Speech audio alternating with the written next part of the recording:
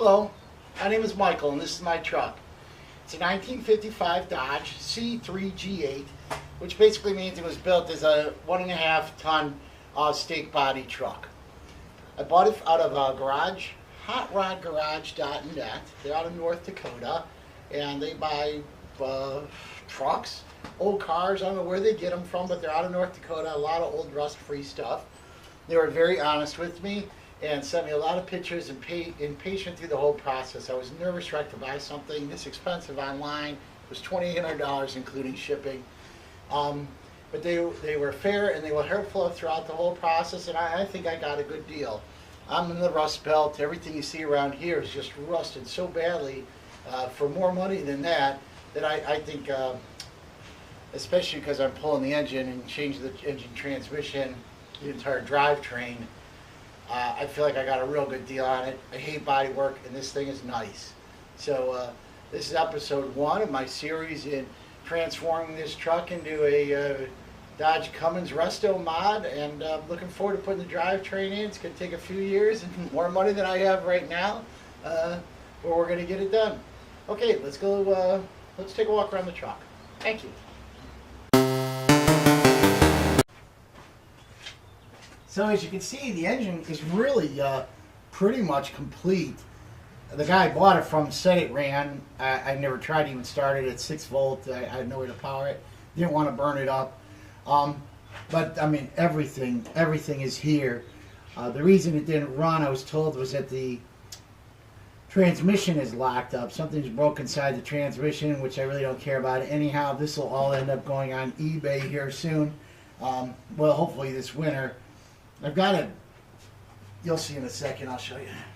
I hope this comes out, and you can see those vice grips down there. You can see the engine compartment is pretty roomy, and under the truck is pretty roomy. You know, considering the size of the diesel motor, I think it'll fit between the frame rails. I've measured. I don't think that'll be any problem whatsoever. I'm a little bit nervous about steering box location. That's a little bit tight in the front here.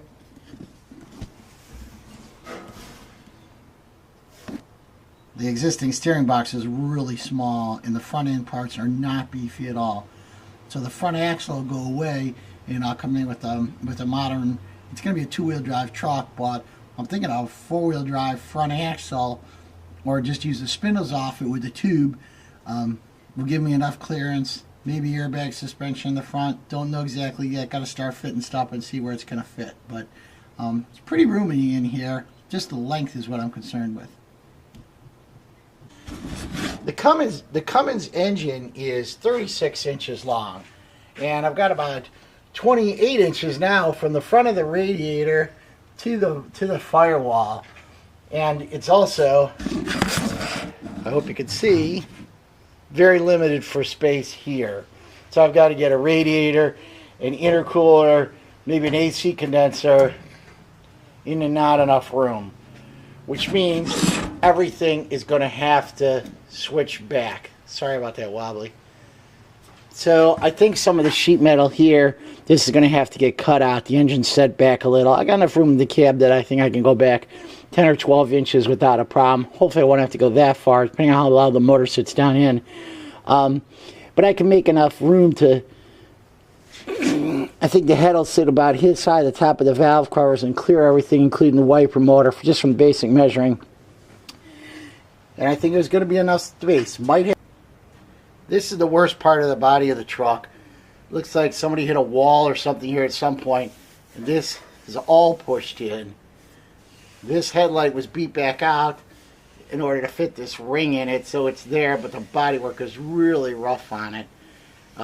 No real rust perforation or anything. The sheet metal is clean, but this makes me a little bit nervous. I'm not going to be able to find this piece and buy it anywhere, and I'm hardly an expert body man, so I might have to break out the wallet and pay somebody to do this. If we look at the rest of the front of the truck, you'll see pushed in here, here. The front of this truck a beating. Maybe it was in a short garage somewhere too. We see that this has been pushed in here. Had some bad welds. On the other side of this hood panel, there's some bad welding too, but I think this is all real easily salvageable. So this side's nice. Headlight and everything is where it belongs on this side. we'll do what we have to do to make it right. I already started taking some of the dents out of this fender here. Again, all the sheet metal is real nice. This was caved in pretty badly. You can see some of the still photos, but it's gonna be good with a minimal amount of body work, no rust. Thanks. Okay, so we're on the driver's side of the cab right now. I just want to show where the battery box used to be. The master cylinder is on the inside of the frame through that small round hole. This will become the placement for the new master cylinder, new clutch master. I'd like to keep the pedal position like it is. I'd love to keep those pedals, so I'm going to see what I can work out with linkage or what have you to make that a reliable but still nostalgic system. I thought this was kind of interesting. Somebody had put marking on the frame as positive ground truck, so you know somebody made that mistake once if they had to write that on there. So God bless them, nothing's hurt too bad, but everything looks good in here. Floors are real nice on this side. Need a little cleaning up and some 415. Doors are in beautiful shape. The bottoms of the doors all look good. So I think just with some cleaning and a coat of paint, maybe get some professional help with the painting. There's a body shop where I work. But I think it's all going to be beautiful. Okay, so thanks for watching. Like I said, this is episode 1. Episode 2, we're going to get started on those frame rails back there. I've already started to do some work. I got the car pushed in nose first so I can get the rear end straightened out this summer.